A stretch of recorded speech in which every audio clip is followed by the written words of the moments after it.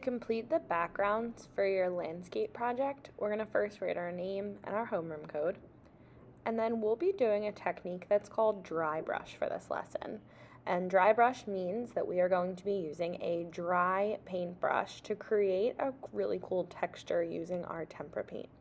So you're going to get your paintbrush and you can begin with either your sky or your grass.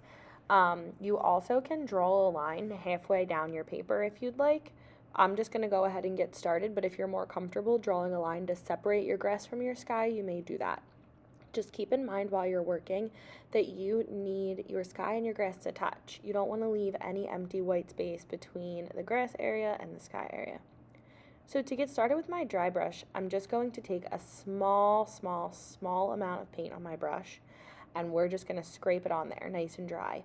You'll see that because the brush is wet, the paint doesn't spread as easily. So we're going to get small amounts at a time. You can always put more on your brush, but it's really hard to take it away.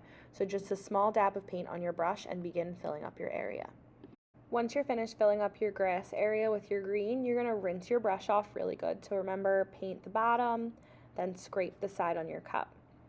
At this step, I decided to make a defined line at the top of my grass, so a nice solid line. You can do that if you'd like, or you could make your defined line with your sky when we move on to that. But when you paint your bottom of your cup and scrape the side, you'll get all that green paint out of your brush. And this paint does not like water, so you're going to be drying off your brush the best that you can.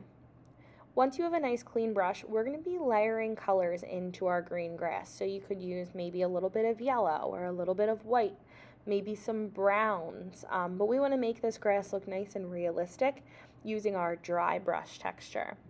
If you want, I have some plastic forks available that you can use as texture tools to go over your grass to give it a nice scratchy texture. I started to do that in a section of mine, and then I decided I didn't really like it, so I went back over it using my greens and whites and yellows again.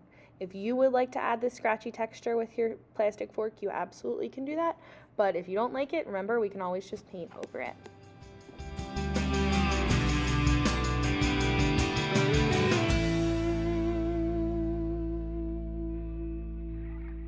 Now that I like my greens and yellows and browns and whites in my grass, I'm moving on to my sky. I've decided to do a bright blue sky, but you guys can do anything you want. You could make it look like a sunset. You could paint it like a cloudy day. You could paint it like it's nighttime. I'm going to go with a regular blue. I'm going to add in some light blues and some purples and some whites, but you guys can make this sky look any way you want as long as we're trying to make it nice and realistic. We're going to continue using our dry brush technique and layering our colors. Just remember that we're washing our brush and drying our brush in between every single color, and we don't want to leave any white paper spaces behind. Once your painting is complete, you can take it to the drying rack.